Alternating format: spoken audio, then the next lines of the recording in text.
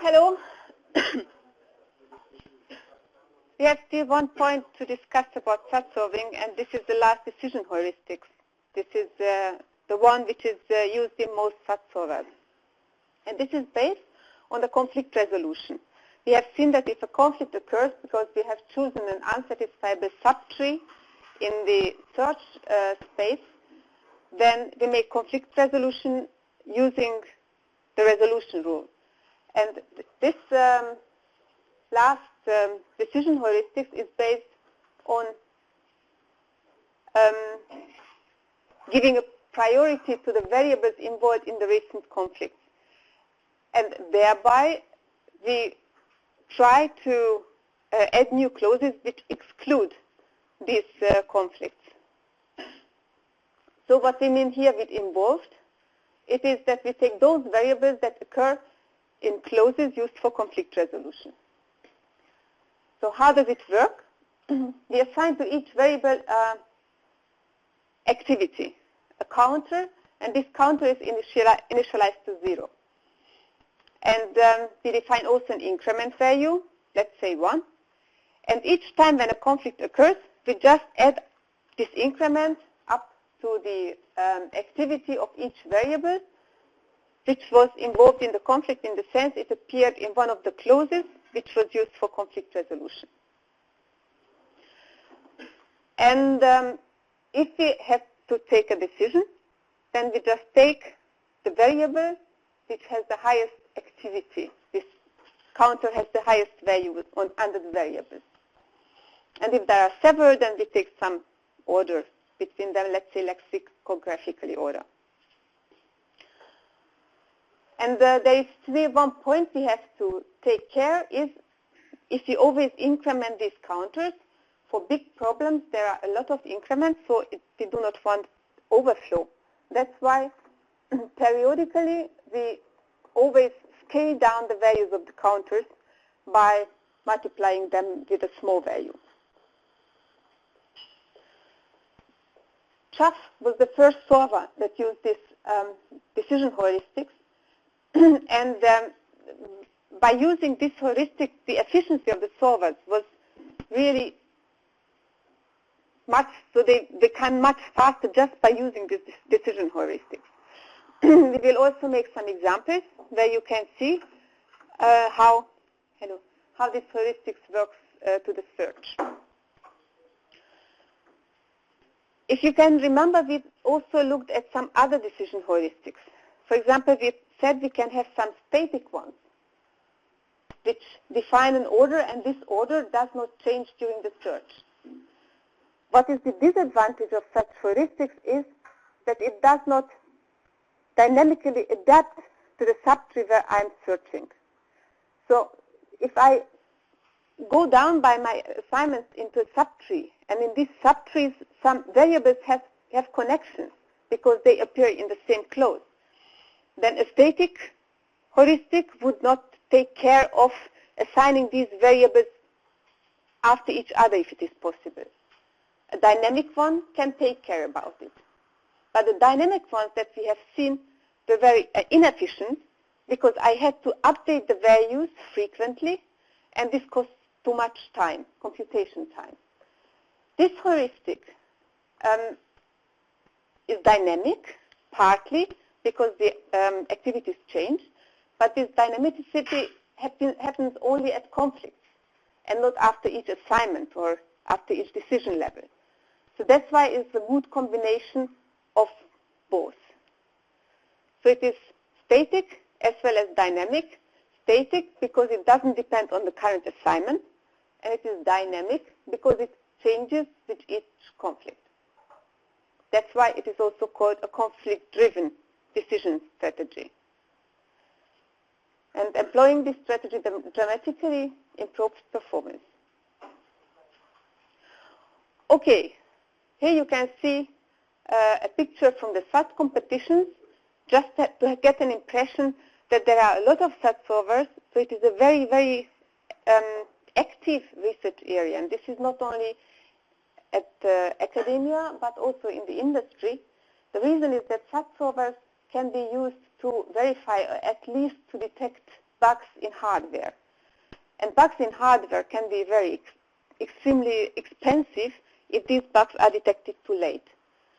So that's why big companies developing hardware also have their own research group on such servers. So to give you global picture, I just have to check if I can open the other documents.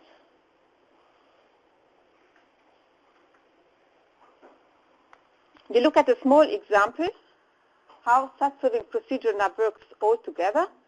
And on Thursday, this is a small example. On Thursday, you will have 2 hours of exercise, and you will look also at the bigger example where all the details will appear. So if you can remember, the SAT algorithm was actually a big loop. What happened? We assign values to variables, then we propagate it to see also the consequences, and we repeat it until we reach a conflict by propagation. If we reach a conflict, then we make conflict resolution and propagate again until our current assignment is conflict-free. So assume this small example. We have just 4 clauses, 4 variables, x1, x2, x3, and x4. Now, here I already have several columns. First, the activities. This is the last one, which we have seen for the decision heuristics. And I just define, as we have seen on the slide, initial value 0 and the increment to be 1. Now, what are these watch lists good for? Can anybody remember what watches were in our algorithm?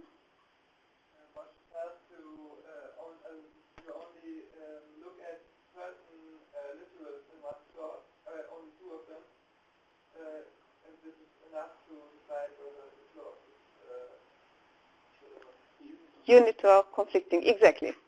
So in each clause, I take just 2 literals, and as long as either one of them is true or both are unassigned, I know that this clause cannot be unique and also cannot be conflicting. So now I collect this here.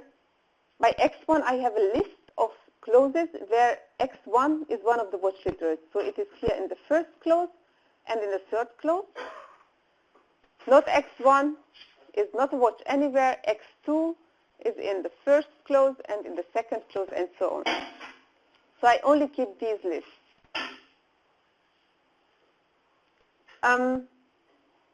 Having watches does not only improve the efficiency of propagation, but there is also another issue. If we wouldn't have watches, then nevertheless somehow either for each assignment I should go through all clauses to check if one of them is unit, or I keep similar lists for a variable in which clauses it appears. And now the problem is that the set of clauses is not static. That means if I have a conflict, then I make conflict resolution and I add a new clause. That means for each new clause, I would not add only 2 new watches, but in the number of literals. And the clauses in applications can be very large. That means it can have hundreds of literals. Okay, adding something to the list is still not so expensive, but another problem is that there are so many conflicts in real problems that the number of learned clauses is also very huge. So what is done in practice is that also the clauses get a kind of activity. That means from time to time, we delete some of the learned clauses which did not appear in conflicts in the last time. And then if I delete clauses, then I also have to remove the literals from the list. And if there are hundreds of literals in a clause and 10,000 of clauses that I delete or even more, then it is very time consuming. So actually it would be more time consuming than the solving itself. So that's why the watches are efficient from 2 points. Not only in one issue, but also even in 2. So now I have the watches and the activities, and I have a trail in which I will remember all the assignments. Actually, that's all what we need on data structures for set solving. So what happens first? if I start solving.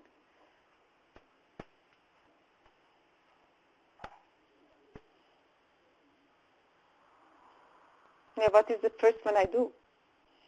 The first thing, how to start solving.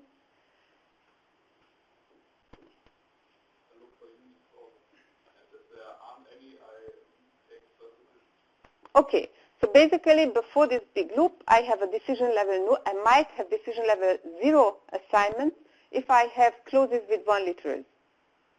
Then of course I also should propagate that. Here we do not have, so I start with the first assignment. And how do I determine which variable to assign?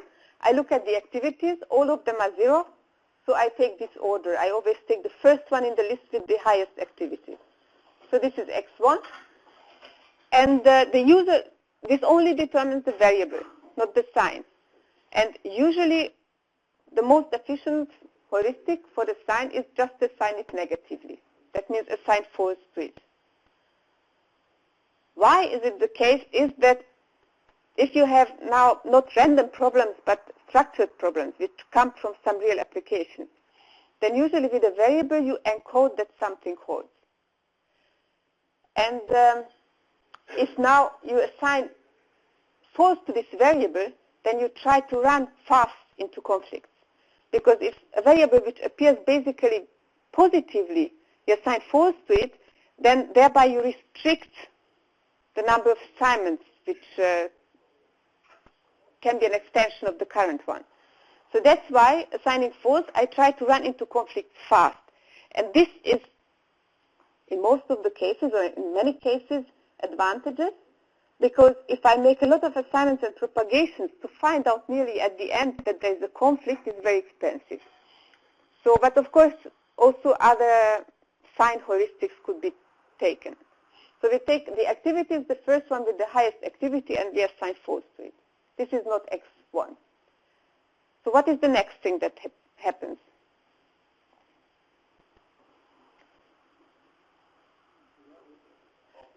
Yeah, we propagate. Yeah, so what to do for the propagation? Where do we have to look at?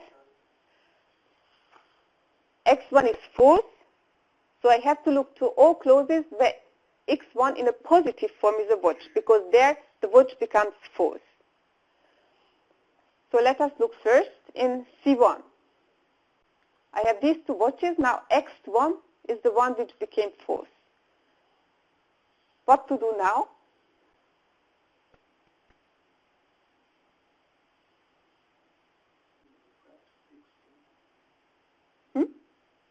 Again? Look at x2. Okay, and x2, we look at it, it is unassigned. We have to choose new watch position. Exactly. So if x2 would have been true, then they would be ready, because the clause is already satisfied. But x2 is unassigned, so we try to keep our rule that either one of the watches is true or both of them unassigned. We try to keep it by modifying the watch. So we change x1, remove from the watch list, and add x4 as a new watch. So now both watches are unassigned, and until nothing changes on this fact, I know that this clause cannot be unit or conflicting. I also update the list, so I remove C1 from the watch list of x1, and I add C1 to the watch list of x4. So what next?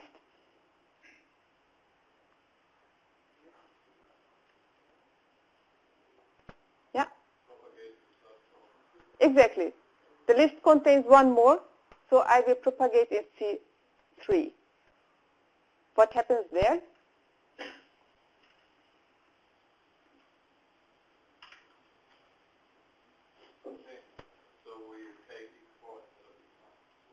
Exactly. x2 is still unassigned, so we have to search for a new position. I take x4 and I update the list. I remove C3 from the watch list of x1 and I add C3 to the watch list of x4. Okay, what happens next?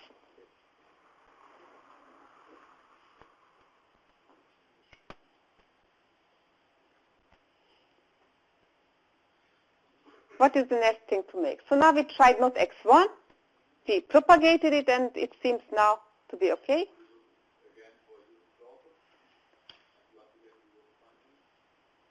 Actually, we looked at unit clauses now. If you think of, if you have a false literal, you just remove it from the clause, then propagation is nothing else than checking for clauses with one literal, so unit clauses.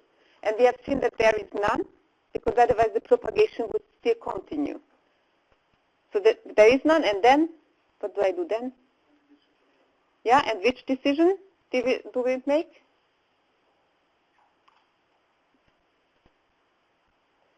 I take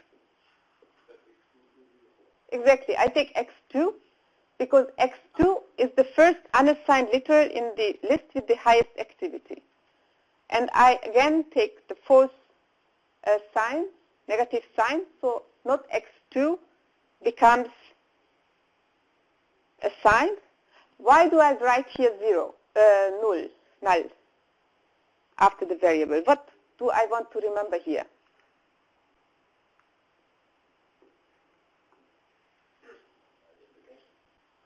Exactly. I remember here by which clause it was implied, that this was a decision. That's why I take just something undefined, because it was not implied by any clause, but it was a decision. And why do I need to remember this? Where do I need it later? I have conflicts and I have to backtrack to the last unit decision. Exactly. Exactly. So this I need for this resolution of the conflict. Perhaps not to the last decision, but thereby I can determine where to backtrack. So now we assigned x2 false. The next step is, again, propagation. Before I make the next decision, I look if this assignment implies something. So I propagate there in those clauses where x2 is a watch, because x2 now became false. So let us look at the first one, C1. C1 looks like this. X1 is already false, and X2 became false. So first I look at the other watch. This is X4 is unassigned. So since it is not true, I try to search for a new position for X2, and I check the last literal that remains, X1. It is already false. So I know now the other watch literal must become true. So I imply that X4 must be true. And the reason why it is so is the clause C1. And I keep the watch, because now, after assigning X4 is true, so one of the watches is true. So this is fine. I do not have to change anything. So what is the next step?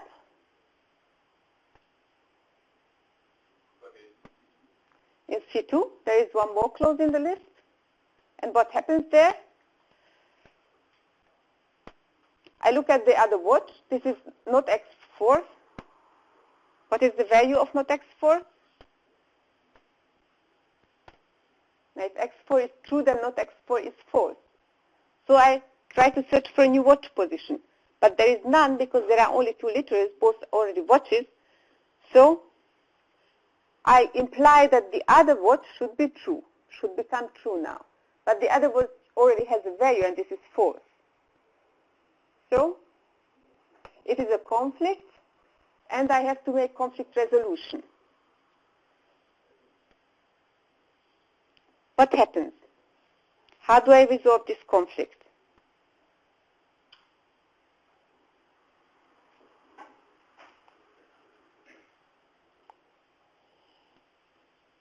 Now I need to, yeah?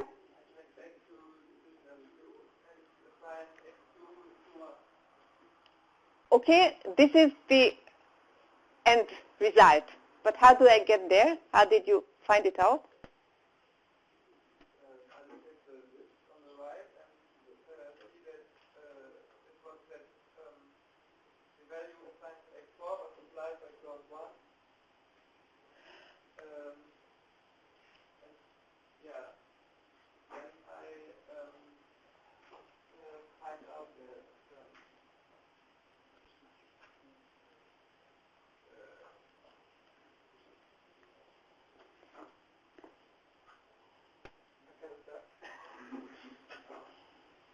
Okay, so basically, yeah, I use these clauses to find out what I did wrong in the decisions.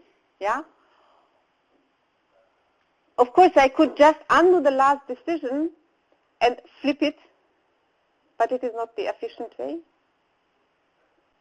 Yeah.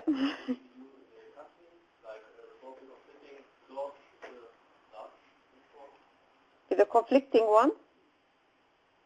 So this was C2.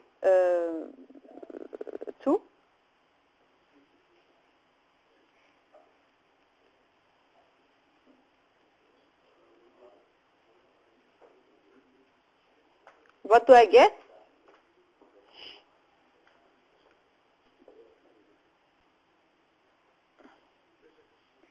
Yeah, what do I get by applying resolution?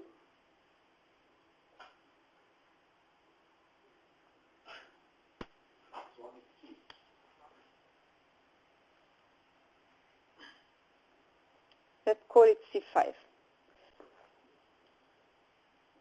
Am I done?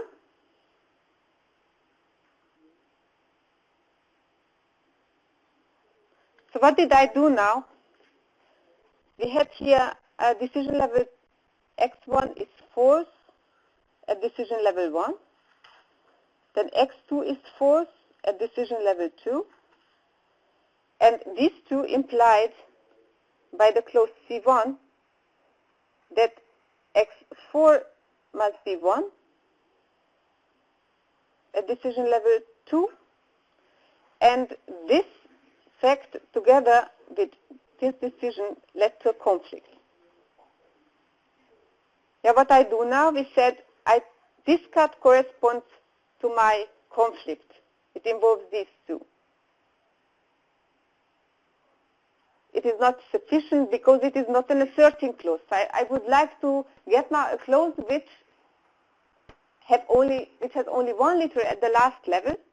So if I backtrack to the second last level, then I get a new implication, some additional information that directs me into a subtree where I didn't look at yet. So what I do, I take the last assignment, and that was x4. And I make a cut, just putting x4 to the other side of the cut, and this is this.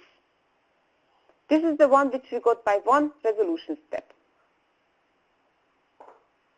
And can I stop now? Is it such a clause that I want to have? Is it asserting?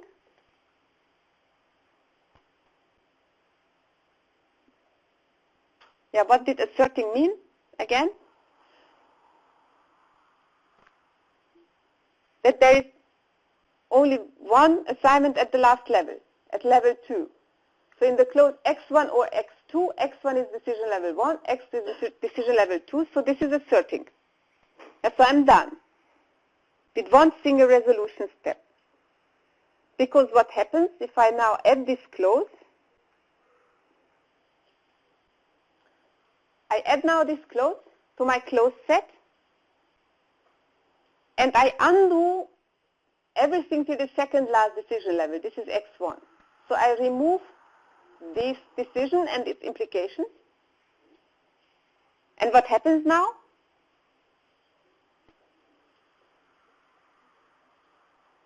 What do I have to do now? Yeah.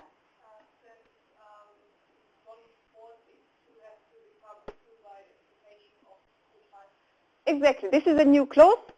I propagated the value of not x1 already in the other clauses, but I also have to propagate it now in this clause. So what I do is I assign by this clause the value true to x2 with the reason C5. So in the previous assignment, x2 was false at decision level 2, and now this clause that we have learned directed us into another direction, that the conflict is not included, at least not that conflict that we have seen. What happens next?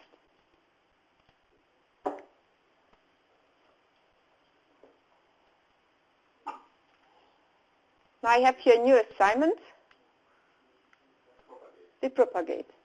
We propagate x2, and we propagate it in those clauses where not x2 is a watch, because there the watch becomes now false. And it is only one clause, C3, and not x2 and x4 are the watches.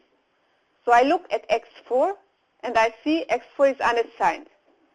So the clause is not yet satisfied by the watch literals. That's why I try to search a new position. And there is another literal X1, but it is false. So there is no other position to choose for the watch. So that means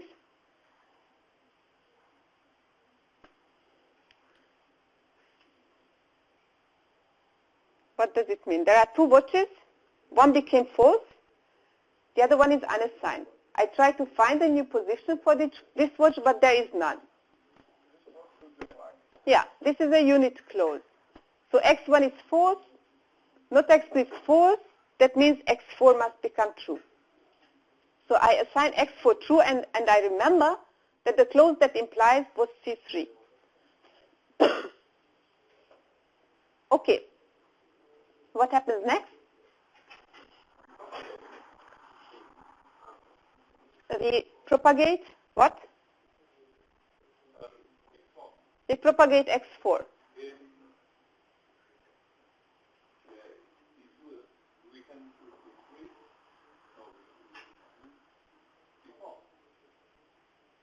Okay, C4 and C2.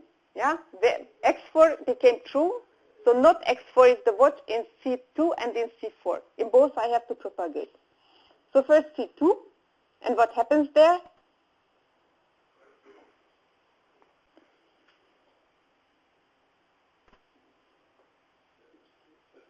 It is satisfied. So I look at the other watch. This is X2 and this is already true. So I don't have to do anything. Then I go to another clause, C4. What happens there?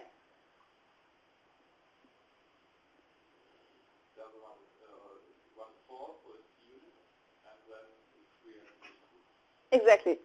The other watch is unassigned, and there is no other position. There are only two literals in it, so it is unit, and it implies that X3 must be true, and the implying clause was C4. What happens next? We have a new assignment, so we propagate X3, but X3 would propagate only in the clauses where not X3 is a watch and there is none.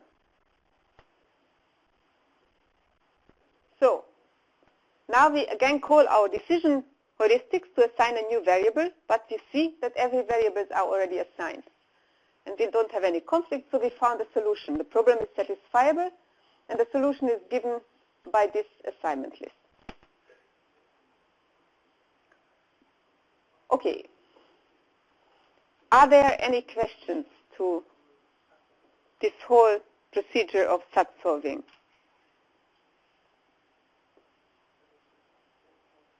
On Thursday there will be one more example, a big example in this style, but some more aspects are involved. No questions currently? Okay. Then we go on to our next topic.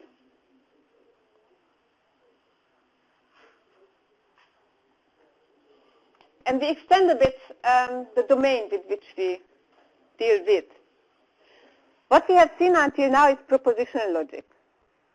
Propositional logic was something very simple. You have just Boolean variables called propositions, and you can build Boolean combinations of them by just conjunction and negation. The others are syntactic sugar. And this logic is not very expressive, but it is also an instance of something more general, and these are first-order theories. Probably most of you already have known or have heard or know what first-order logic and first-order theories are, but since for us it is very important in the big context, we formalize it now. You can remember at the very beginning we dealt with the natural languages, and we have seen that they are not precise. That's why we need formal logic. What does it mean? For example, we could say this argumentation in a natural language, all women love shopping, Eve is a woman, and then we can imply that Eve loves shopping. If now I would like to get rid of this imprecise natural language, how could I formalize this argumentation in some logic? What do I need? Can you tell me some formula which would encode all women love shopping?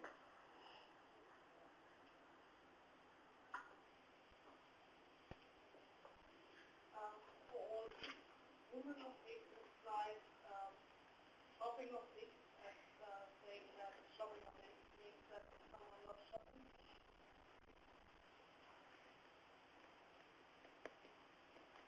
Exactly.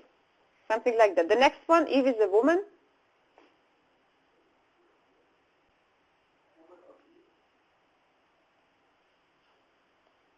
And the last one?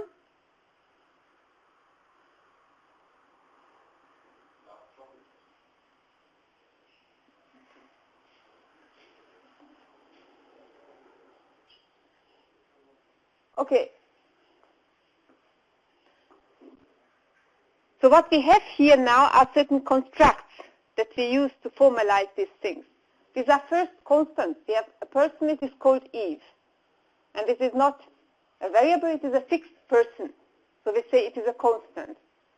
In contrast, X was a variable. We said for all X, if X is a woman, then X loves shopping.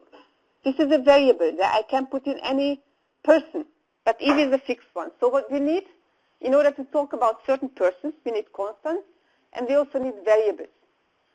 What were these in propositional logic? What were our constants? And the variables? The propositions, exactly, the variables. Did we have any predicate symbols?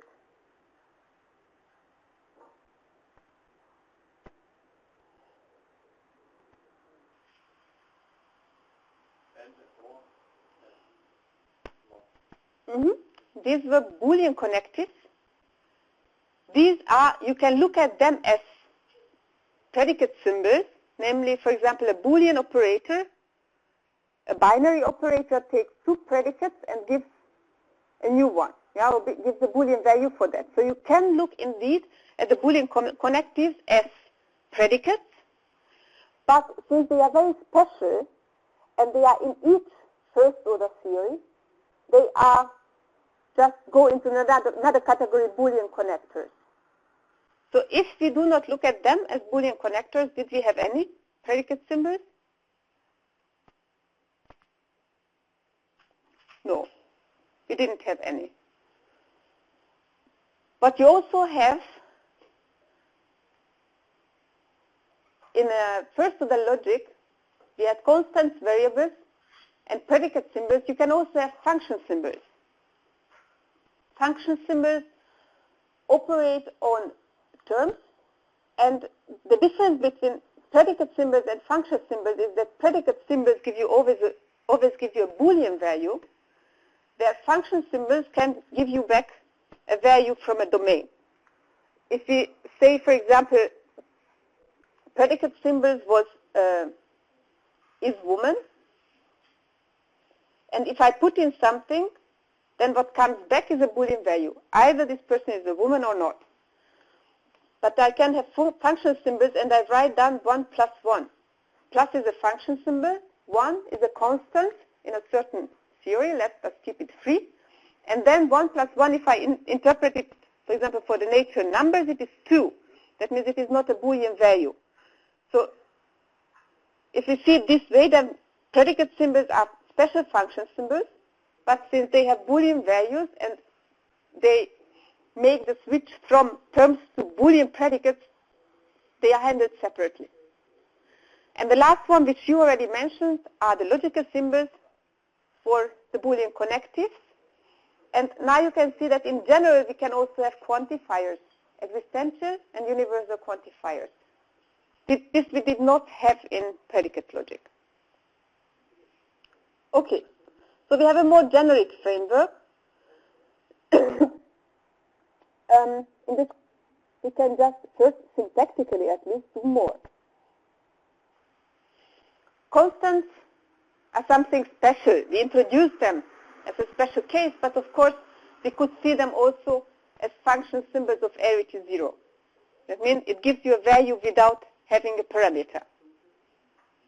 Also, equality is something special because it happens, or it appears in so many logics. Sometimes equality is just introduced as a logical symbol. So it does not give you a Boolean in general, but it is sometimes added by a standard definition. And also remember that though we allow here different logical symbols, negation and conjunction, for example, are sufficient. So I do not need the whole set, but I can reduce it to negation and conjunction and also one of the quantifiers. Basically, why is it important? If I have a set of logical symbols, why don't I just take all of them in defining what is the first to the logic? Why is it better to take only a subset, as small as possible actually? What you usually know also from mathematics. The definitions are as minimal as possible. Why is it good? If you want to conclude on logic, it's easier if you don't have to consider all connected. Exactly. So just to use these definitions later, and the smaller they are, the easier to use them. And also if you recognize that something doesn't fit or something doesn't hold, then the reason why can be identified much easier if everything what is in the definition indeed needed to get the same statement. So we will take existential quantification, negation, and conjunction. We know now first to the logic as a framework. What can we do with it? How can we build now first to the logic formulas? First we have terms. And terms are just those that do not have to be Boolean, to say it this way. So if you have constants, they might have some domains and variables, then they are terms. So how can I build some more terms from constants and variables in first order logic? I just go back one step here. These are the ingredients. Constants and variables are terms. What else can be terms? Exactly, functions. So we can apply functions to a term. If we have an n-ary function, then we just take n terms as operands, and then we get the function application is also a term. And finally, we close this application by saying that terms are only those which can be generated by finitely many applications of these two rules. Why do I need that? What would happen if I would not restrict it by finitely many applications? What is the difference? Which terms could I build by infinitely many applications of these rules? The problem is that you might not stick to your domain. I mean, if you have the natural numbers and you allow infinitely many additions by one, then the result is no longer defined. Exactly. So it is perhaps not closed, and what we get are, for example, in this case, infinite sums. It means we should also have something like convergence and these things, that our domain must be closed under infinite applications. And another aspect is, even if it is closed, if I need infinitely many applications, then deriving terms is hard, so or determining if a term is derivable. So if I allow infinitely many, then perhaps I am also at the boundary to undecidability. Okay, only finitely many terms. Now I have terms. What are formulas in my logic? How can I define them? What do I do with the terms to get formulas from them?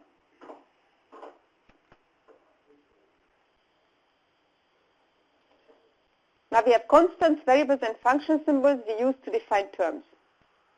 how do I get now formulas?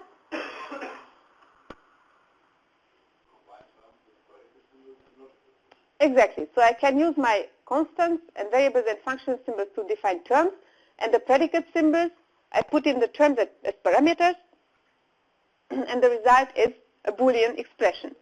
And formulas are Boolean expressions. And I can combine them with logical symbols. So if P is an n-ary predicate symbol, and I have n terms, then I can apply P to these terms, and this is the formula. This is the first rule. And then I can apply negation and conjunction to formulas.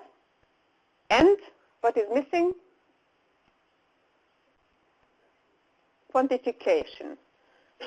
So I can have universal and existential quantification. If phi is a formula, then for all x phi and exists an x such that phi are also formulas. And also we have here only finitely many applications. That means we do not have, for example, conjunctions of infinitely many Boolean formulas. Okay. And there are some atomic cases. So these are the atomic terms, the constants and variables, which are not built from others, but they are the basic case. And also the predicate symbols are atomic formulas. Good. Again, we had that already by proposition logic. We let away parentheses if they are not needed. So if the negation binds the strongest, then conjunction, disjunction, and so on end up by quantification. So for example, double negation, we do not use the parentheses because it is unary symbol, so we do not need it. And otherwise, here we can also let away the parentheses for the conjunction because it binds stronger than the implication. Now I have formulas. And in these formulas there are variables. What does it mean that the variable is free or a variable is bound? Anybody knowing it? Yeah, if the variable was defined by quantifier is bound, otherwise free. Exactly. So if the variable is in the scope, we say a scope of the quantifier, then it is bound. So let us look at how we can define it. So how can we define when a variable is free? Let us look now, we have something inductive or recursive because the formulas are built up inductively or recursively from the grammar. So if you want to define a certain property of formulas, then we always define it inductively. And if we want to prove something, then we always have to prove by induction over the structure of the formula. So how can we define when is a variable free in a formula? What would be the base case? The atomic cases? Yeah. If you have your formula, so if you have your variable, then the set of three variables is the formula, the variable itself. Mm-hmm. Your constant is the empty set, and then you start to connect those. Okay, so the first case, variables are free.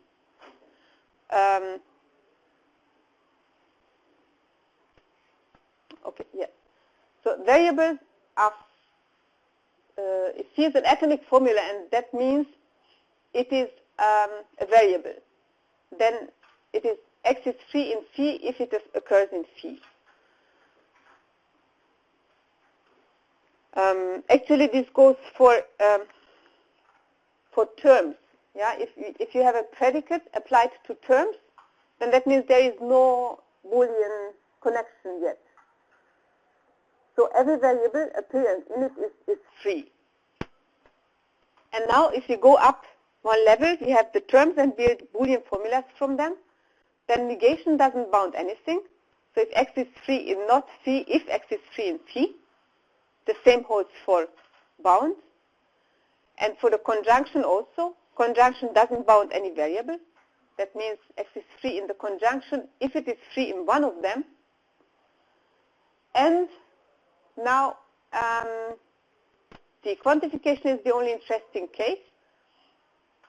X is free in there exists y such that phi, if and only if X is free in the inner formula and X is not y. And we say for such a formula that the scope of the quantification is this formula phi. And the same holds for universal quantification. What happens if you have a X is free in phi and not free in phi and you take the conjunction? Then you have both. It appears both free and non-bound. Okay. It's a good question. We also have, let us look at an example. So we have, for example, this formula here where x, y, and z are variables, and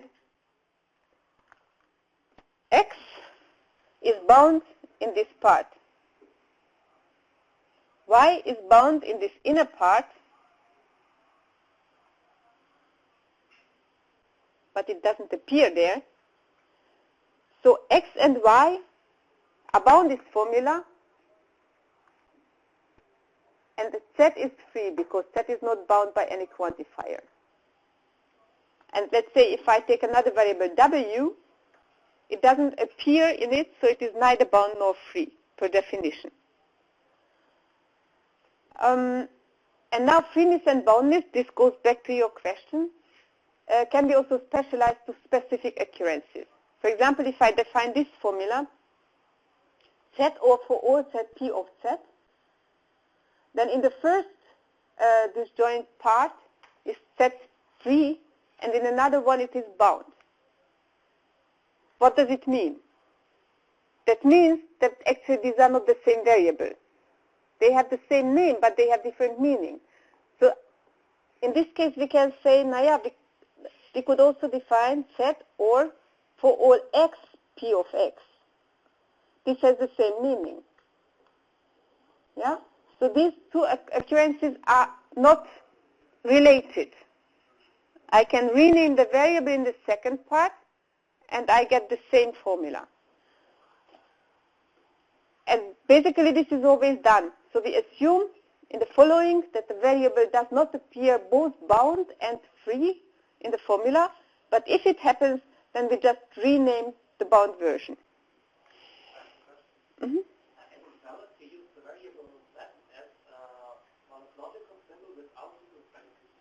Yeah, if it is basically not. This is also the predicate logic where we say predicate logic is with the empty signature, so we do not have any predicate symbols.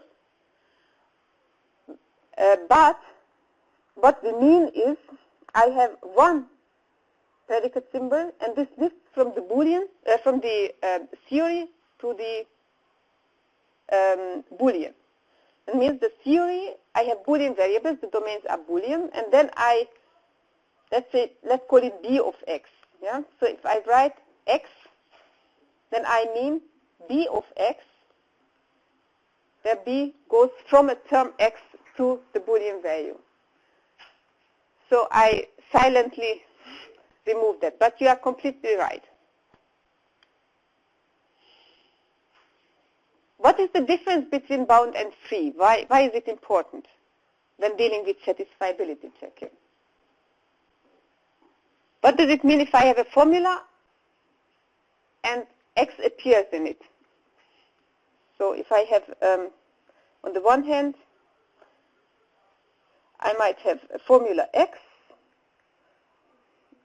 Let's say x is larger than 0, or I can bind it, binding,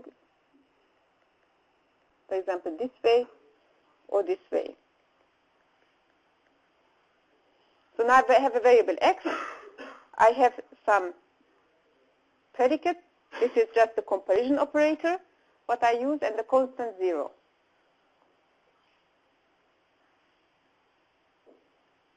On the left, x is free.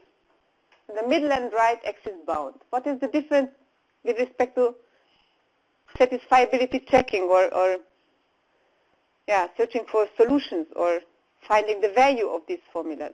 What is the value of the first one? which question can I ask for this first formula, x larger than 0? Yeah, well, if there is some x that satisfies this state. Exactly. The first two are basically more or less the same. If there is some, or if for all, if we... For all, it's different. Yeah, because we already said that we have two kinds of checking. It is satisfiability checking and validity checking, and they are dual. So if I can do one of them, I can do the other one also. This is analogous to the quantifiers. If I allow only existential quantifier, then it corresponds to satisfiability checking. If there is a value, exists x in the middle, puts the question, is it true that there exists a value such that my formula x larger than 0 is satisfied? So the answer to this question is not the value of x, but yes or no. So the basic thing is this is not a sentence. Here is x3. And the question what I want to answer is still open. Here I fix, here's x bound, and I fixed my question to satisfiability checking. And here is x also bound, but now universal quantification, so I fixed my question to validity.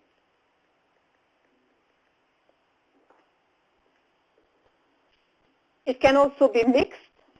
That means I can have some bound variables and some free variables. We will in the following basically restrict to quantifier free fragments. That means we do not allow quantifiers in the syntax and implicitly check for satisfiability. So let us go one step further and make it syntactically finish the definition of first order logic.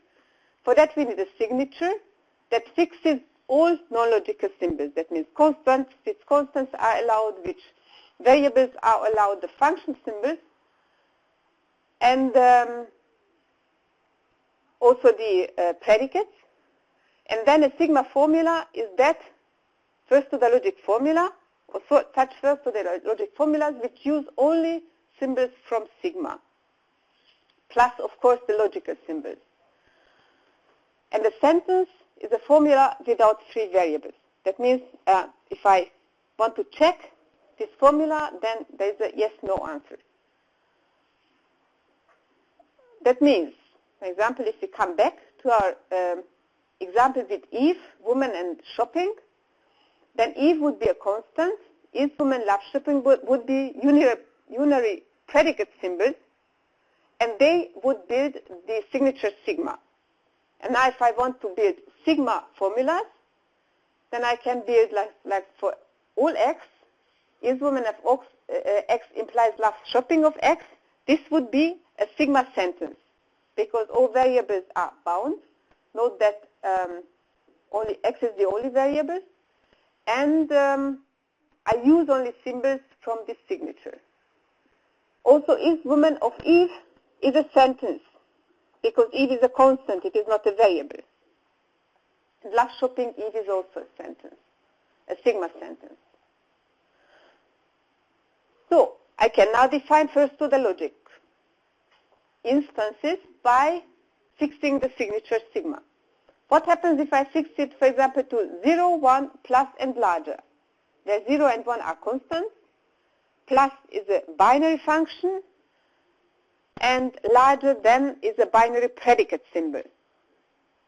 Can you tell me some formula, in sigma formula in this logic? Just one example. I would like to have just a sigma formula, a formula using only these non-logical symbols. And of course, it may use also logical symbols.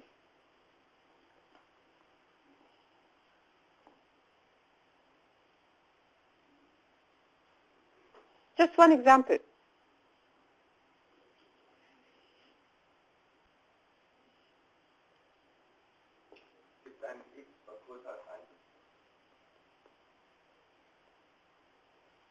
This is a sigma sentence because I have used only, the variable x is not in the signature. So if I would put x into the signature, then this would be a sigma sentence because I have the variable x and the predicate symbol larger than, and I even didn't use plus. So if x is not in sigma, something then, a formula, sigma formula which does not need x,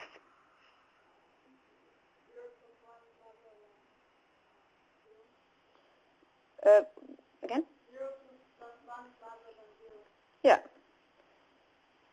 And this is a sigma sentence. I do not have any variables. So every variable is bound if you like. And I use, I use only the plus and the larger than symbol. Some further examples are here if I edit also, like you, some variables. It is also often the case that if you list the signature, then you assume that you have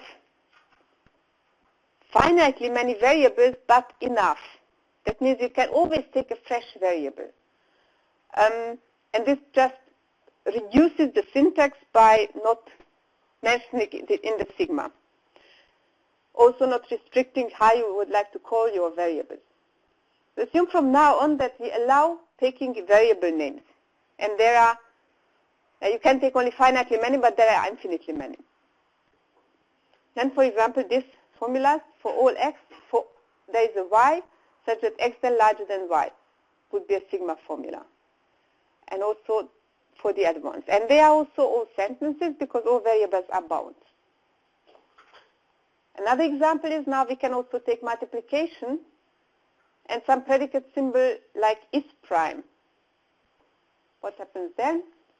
Formula, an example sigma formula would be for all n, there exists a p such that if n is larger than 1, then p is a prime and p is between n and 2n. Perhaps you know this. Okay, this is 1 plus 1. So we also, this is completely right. We have some syntactical arrangement not to have the successors. We have, if you have 0 and 1, then you define, based on these two, a successor function. You define, like for example, for the natural numbers, it is very complex to axiomatize the numbers. We will look at it later. But what you would say is you have 0 and 1 already, and then you define a successor function. And you define 2 like 1 plus 1, so the successor of 1. And you define 3 as the successor of 2, so 1 plus 1 plus 1. And if I now you use constant different from 0 and 1, then I mean this recursive definition, but indeed this is 1 plus 1. So I can define any signature, and in these signatures I can define formulas. And now we can also use, for example, equality. Until now we only checked for inequality. Equality is sometimes even implicitly in the first order logic. And now if I define 0, 1 plus equal, the plus is not a function symbol because it operates on terms and the result is a term, and equality is predicate symbol because it takes terms as parameters and gives back Boolean formulas. And then I can build something like there exists an x such that x plus 0 is 1. This would be a sigma formula. So let us, now we know the syntax, and let us look at the semantics. Would you say that this formula is true? There exists an x such that x plus 0 is 1, equals 1. Is this formula true?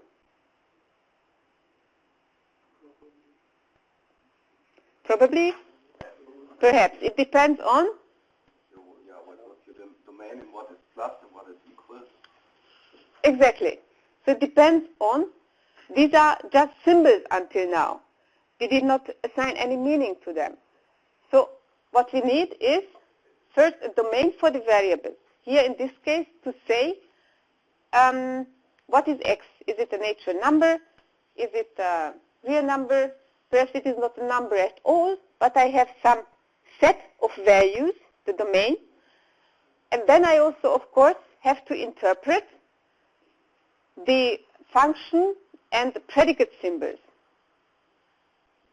If it is the domain for the variables are numbers, then usually we take the same interpretation of, for example, the plus as that for the addition.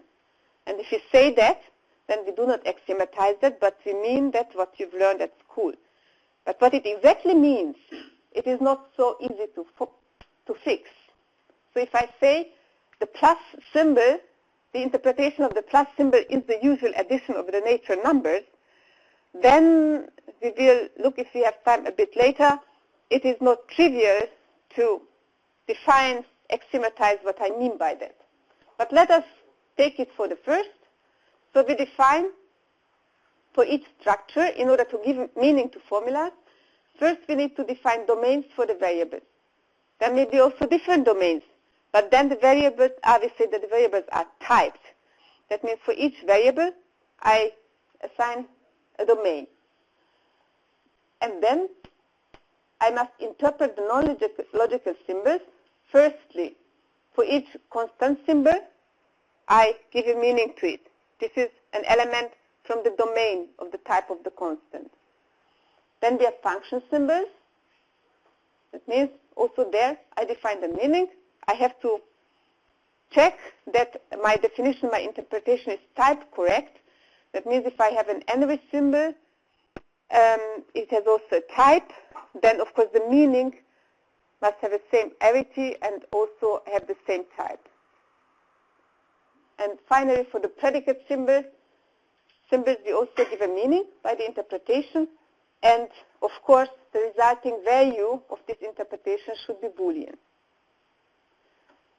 And the last thing that we have to do is we still might have three variables, and if they are not quantified, then a structure gives also meaning to these variables by giving them a value. That means we search for an assignment. That means if we have a formula which is not a sentence, then we have the satisfiability checking problem by asking if there is a structure that satisfies the formula, because the structure already gives values to the variables. We will come back to it later. So a formula is satisfiable if there exists a structure that satisfies it. Let us look at, and it is valid if it is satisfied by all structures. I can also have a mix, and actually this will be what we also will have later, that we fix the meaning of, for example, the operators and the predicate symbols. This will be the theories that we will look at later. That means we need some restriction of this general definition, and this is given by axioms or theories. Good. Let us look at the semantics. So now I have a signature, and I have a domain and an interpretation, and what is now the meaning of the formulas in this logic? Here, as I said, we have a recursive definition of what the formula is. So if I define something from those formulas, then this definition is also recursive over the structure of the formula. The basic cases are constants and variables, and their meaning is given directly by the interpretation of the constants and variables. Of course, X is only interpreted if it is free. Then I have functions, and the function interpretation is also relatively straightforward. Namely, recursively, I evaluate the operands, the parameters of my function, and then I apply to these values the interpretation of the function. Similarly for predicates, I also recursively lead it back by, for each parameter ti, I define or determine its value using the domain and the interpretation, and then apply to these values the interpretation of the predicate.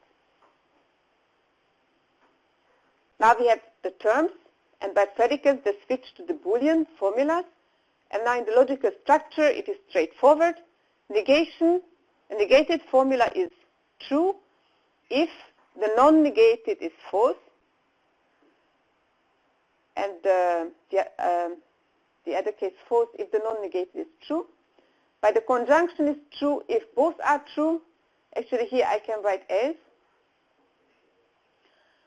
And by existential quantification, this is the only a bit more tricky cases, exists x such that phi is true if there exists a value in the domain such that if the interpretation is extended by the assignment v to x, then the resulting formula becomes true. And this goes back to this case. X is evaluated only actually if the interpretation evaluates it. If it gives it a value.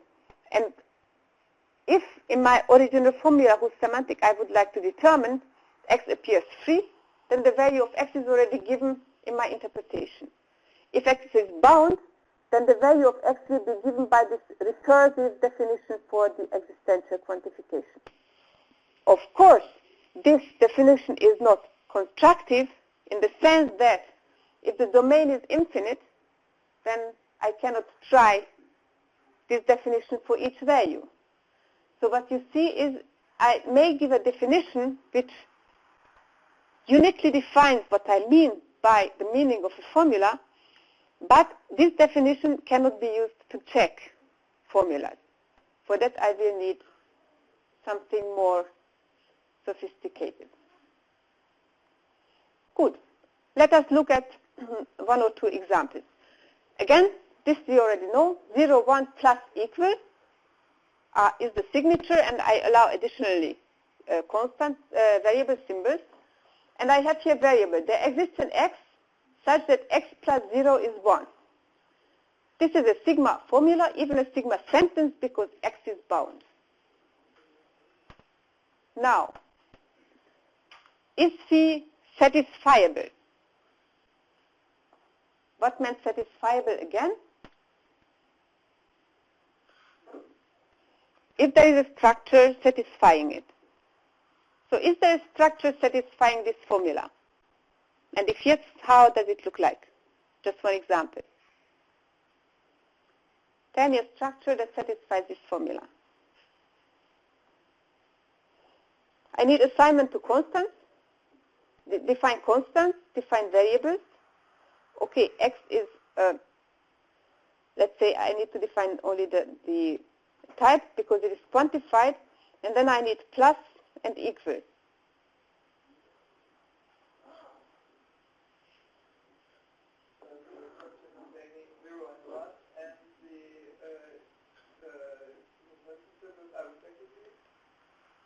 The plus is the natural number addition, and the N2 addition, and the equal is the equal. Okay, so plus is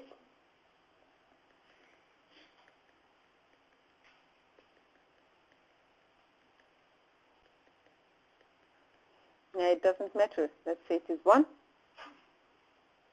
Equal is always result true.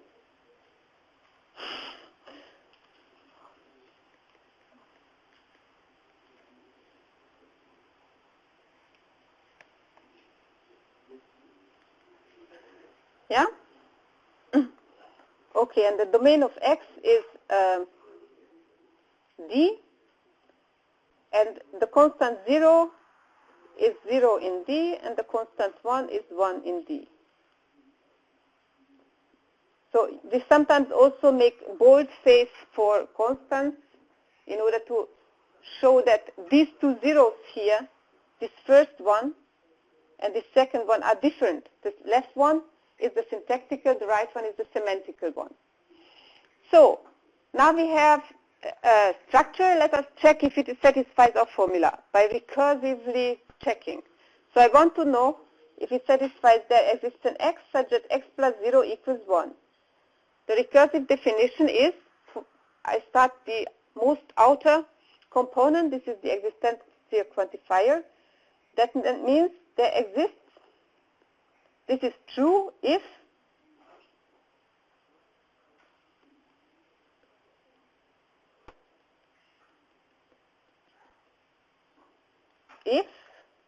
there exists a value in the domain such that x plus 0 equals 1 in D and I, if I extend it with x becomes V. Okay, I have two possibilities, either 1 or 0. So that means if either 0 plus 0 is 1, that this 0 and this one are still syntactical. Okay, here I take the semantics also of them. In D, I, the value of x is not interesting anymore because it is already eliminated. Or the same for 1.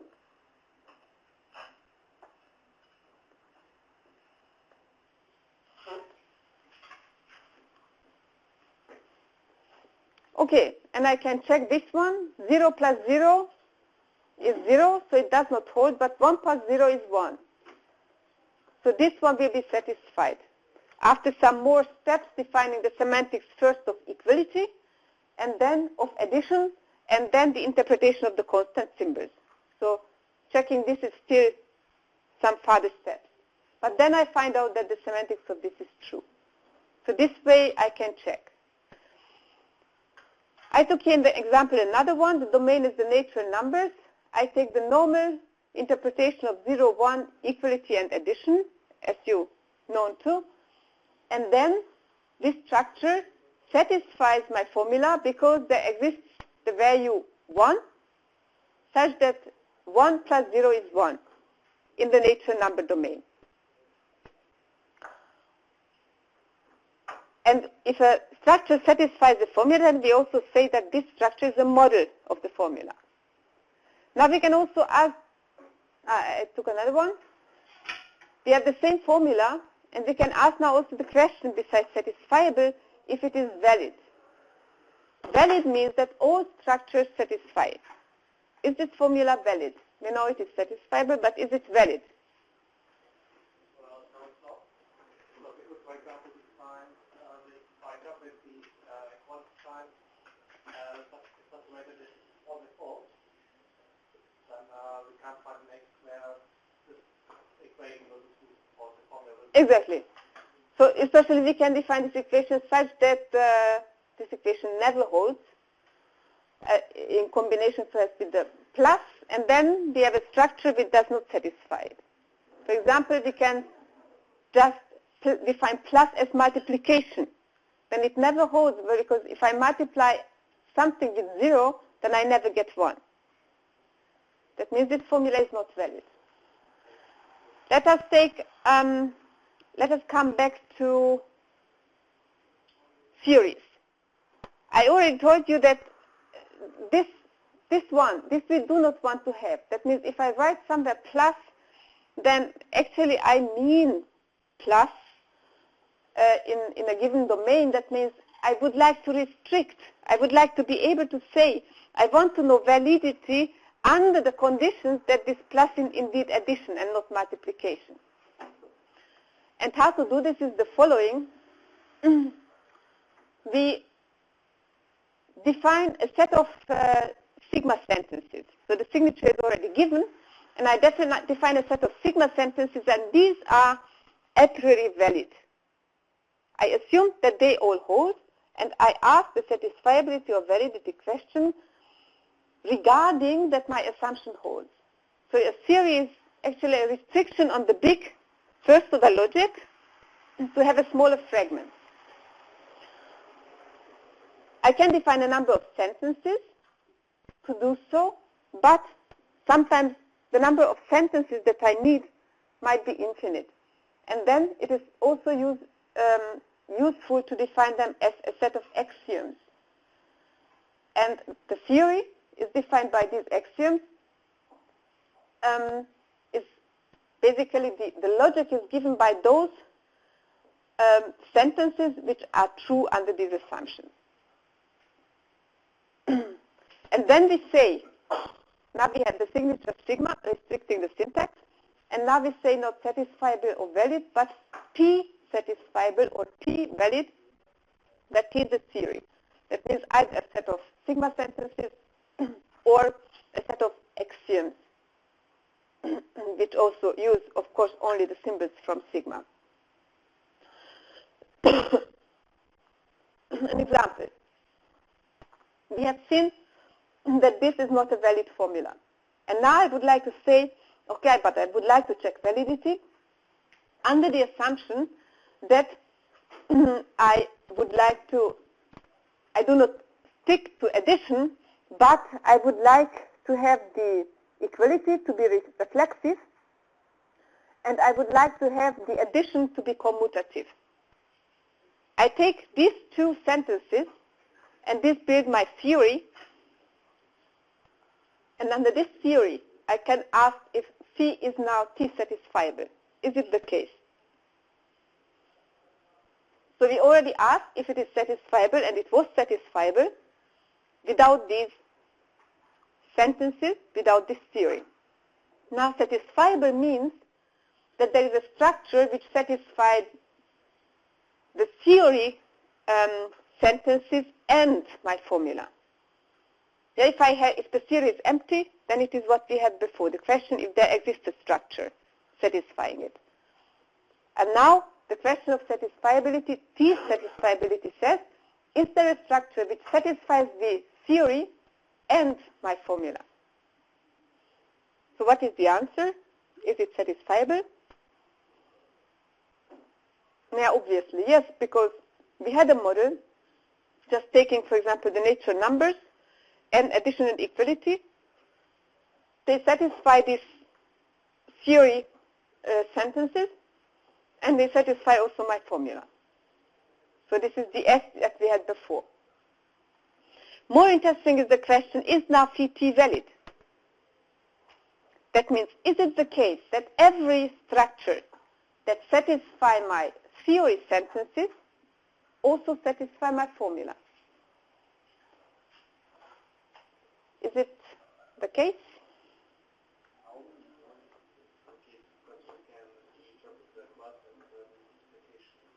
Exactly. So we still have, for example, S prime that we had before with multiplication.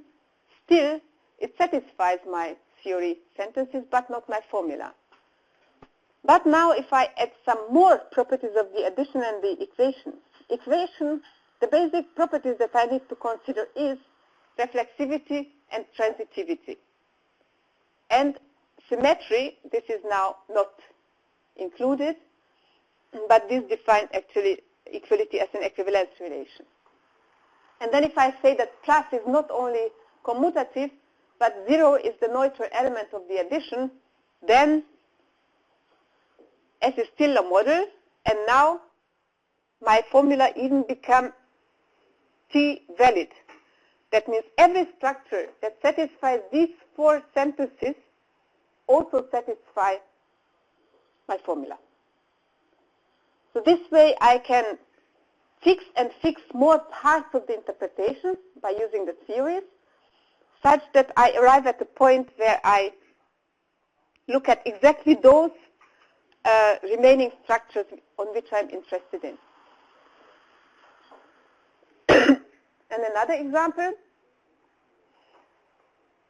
now I take only equality and of course variables, and I would like to fix the following meanings.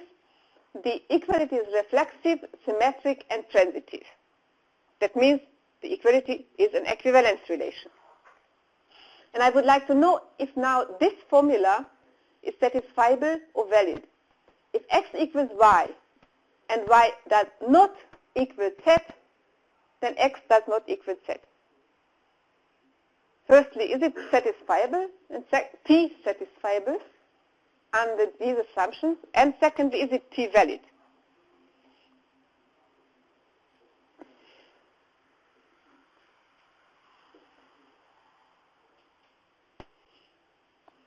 Short time to think.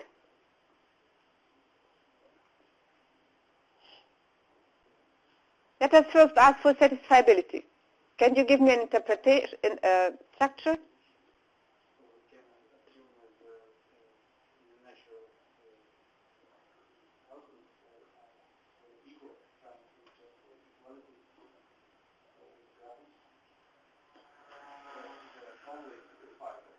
It is satisfiable. Actually, there are no quantifiers, so x, y, and z are also free, but I can give them any values, actually any. Yeah, let's say x is 1, y is 2, and z is 3. Then x equals y is 4, so the implication doesn't hold. Let us take now something, x and y are both 1, y is not z, 1 is not 3, then x is not z. And actually this is exactly the meaning of equivalence relation, yeah, that this is a transitive thing. If you have a set where everything equal, yeah, they are all equal, and you have something for which one element is not equal, then all other will not be equal neither.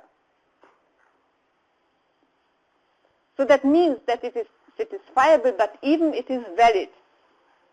Every structure that satisfies these theory sentences also satisfy my formula. And a last example, and then that is the point where we stop today. We have now less than. And we take a theory defined by the axioms. First, that less than is transitive. That means for all x, y, and z. If x is less than y and y is less than z, then x is less than z. And antisymmetric. That means for all x and y, if x is less than y, then it is not the case, then also y is less than x. That means this is an order. And now we can again ask the question, if the formula for all x, there is a y such that y that is less than x.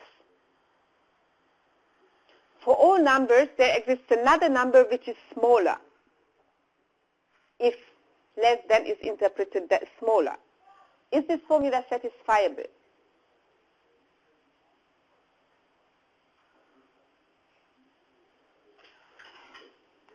Yes, namely? Just take one element in your domain. Just one element in your domain.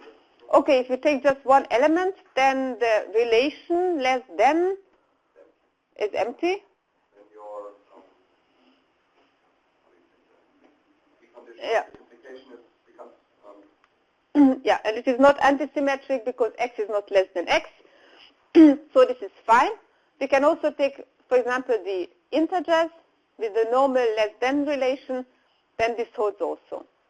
Yeah, it is transitive, and since I always have arbitrary small numbers, also the second one holds. It would not hold for the natural numbers. That's why it is not valid. Then if I take the natural numbers with the normal less than meaning, then for 0, this formula doesn't hold. For 0, there is no smaller number. So there we stop, and on Thursday you will get a more extensive example for such solving and the exercise, and the lecture goes on next Monday.